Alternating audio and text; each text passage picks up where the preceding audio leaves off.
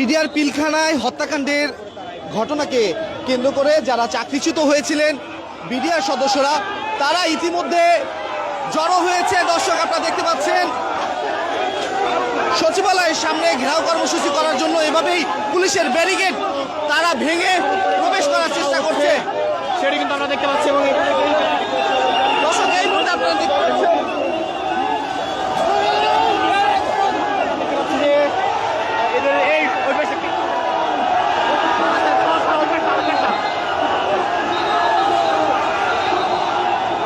দর্শক এই মুহূর্তে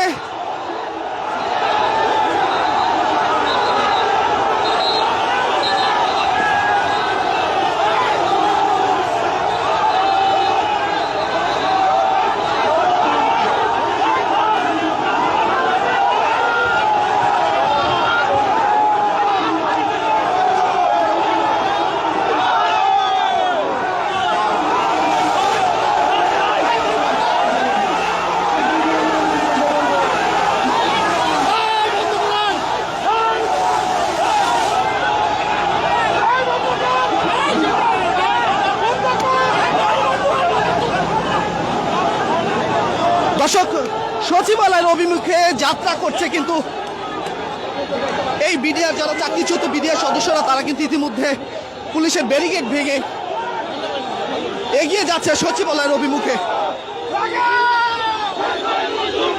পুলিশের যে ব্যারিকেড ছিল সেটি কিন্তু তারা অতিক্রম করে ফেলেছে ইতিমধ্যে, এবং পুলিশ কিন্তু দফায় দফায় ব্যারিকেড দেওয়ার চেষ্টা করছে, কিন্তু সেই ব্যারিকেড ভেঙে এভাবেই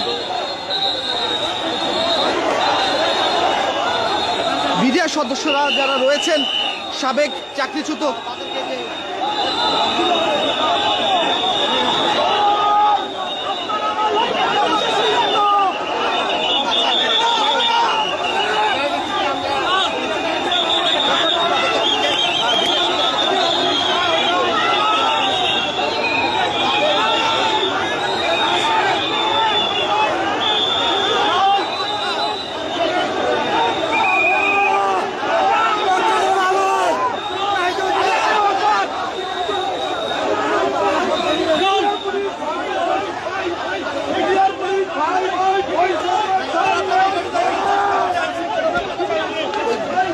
আমরা 16 বছর নির্যাতিত, আমাদেরকে হাসিনা অবৈধভাবে বিচার করে ওই বিচার বাতিল করতেছে না আমাদের বৈষম্য বিরোধী সরকার।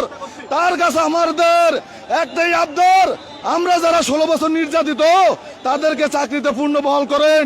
আমরা দীর্ঘদিন এই আন্দোলন সংগ্রাম করেছি, বিডিআর পুলিশ আমরা একত্রিত ভাবে অবৈধ সরকারের আদেশ মানতে যায় আমাদের পুলিশ বাইরেও মারা গেছে, আমরাও জীবন শেষ হয়ে গেছে।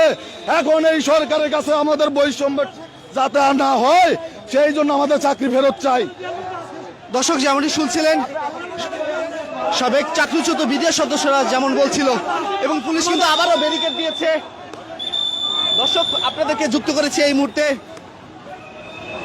ঠিক সচিবালয়ের অভিমুখে যাওয়ার জন্য যে রাস্তাটি রয়েছে, যেটি বাংলাদেশ রেলওয়ে এবং বিরোধী পাশে শিক্ষা ভবন, সেই পাশ থেকে কিন্তু আপনাদের এই মুহূর্তে সরাসরি কালের কণ্ঠের লাইভে যুক্ত করেছে। এবং আপনারা দেখতে পাচ্ছেন সাবেক চাকরিচ্যুত বিডিআর সদস্যগণ তারা পুলিশের ব্যারিকেড ভেঙে তারা যাত্রা শুরু করেছে সচিবালয় ঘেরাও করার যে তাদের কর্মসূচি সেটিতে।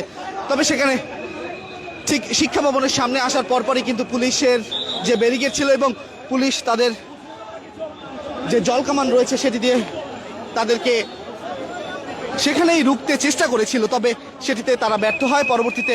এখন কিন্তু আমরা দেখতে পাচ্ছি এই মুহূর্তে বাংলাদেশ রেল মন্ত্রণালয়ের সামনে যে রাস্তাটি রয়েছে সেখানে কিন্তু তারা এভাবে অবস্থান নিয়েছে।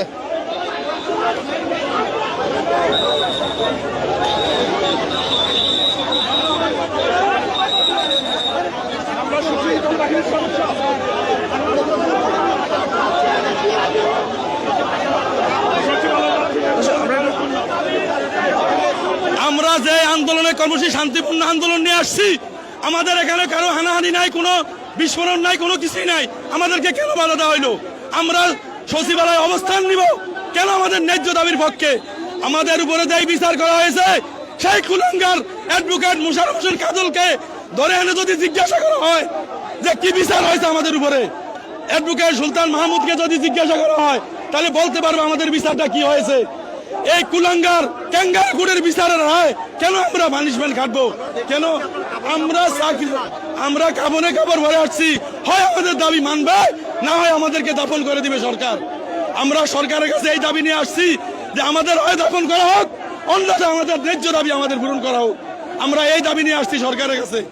দর্শক, যেমনটা শুনছিলেন, তাদের যে 8 দফা দাবি, সেই দাবি নিয়ে কিন্তু তারা এখন অবস্থান করছে। ঠিক সচিবালয়ের সামনে যে রাস্তাটি রয়েছে সেখানে তারা এভাবেই সাদা কাপড় পরে তারা শুয়ে পড়েছে।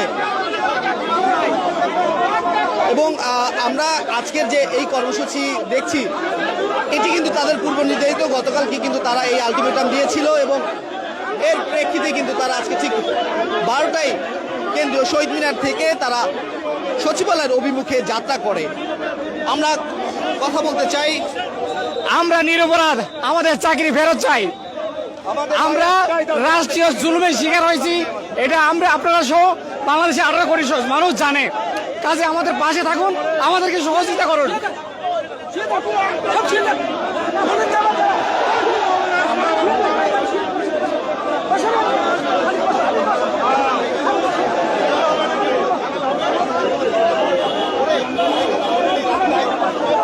দর্শক, আপনারা দেখছেন বিডিআর সদস্যরা তারা ইতিমধ্যে যে রাস্তাটি রয়েছে সচিবালয়ের সামনে সেখানে তারা অবস্থান নিয়েছে এবং এর আগে কিন্তু তাদের 8 দফা দাবি উত্থাপন করা হয়েছিল এবং সেই দাবিগুলো যদি আমি আপনাদেরকে একটু বলতে চাই। 1 নম্বরে পিলখানার ভিতরে ও বাহিরে 18টি বিশেষ আদালত গঠন করে তৎকালীন প্রশিক্ষণার্থী 76তম ব্যাচ সহ চাকরিচ্যুত বিডিআর সদস্যদের চাকরিতে পূর্ণবহাল ও তাদের ক্ষতিপূরণ নিশ্চিত করতে হবে, এটি ছিল তাদের 1 নম্বরের দাবি। এবং এখানে আমরা দেখছি পুলিশের যারা ঊর্ধ্বতন কর্মকর্তা রয়েছে তাদের সাথে বিডিআরের যারা সদস্যরা রয়েছেন তারা কথা বলছে।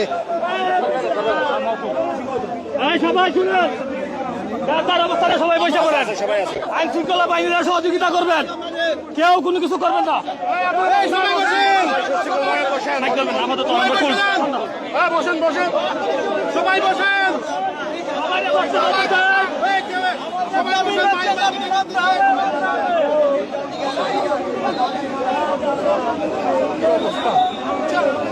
দর্শক, সচিবালয়ের সামনে থেকে বিডিআরদের সাবেক চাকরিচ্যুত বিডিআরদের যে কর্মসূচি সেটি থেকে আপনাদেরকে সরাসরি যুক্ত করেছিলাম কালের কণ্ঠ লাইভে এবং সাথে ছিলাম আমি মোহাম্মদ রায়হান হোসেন।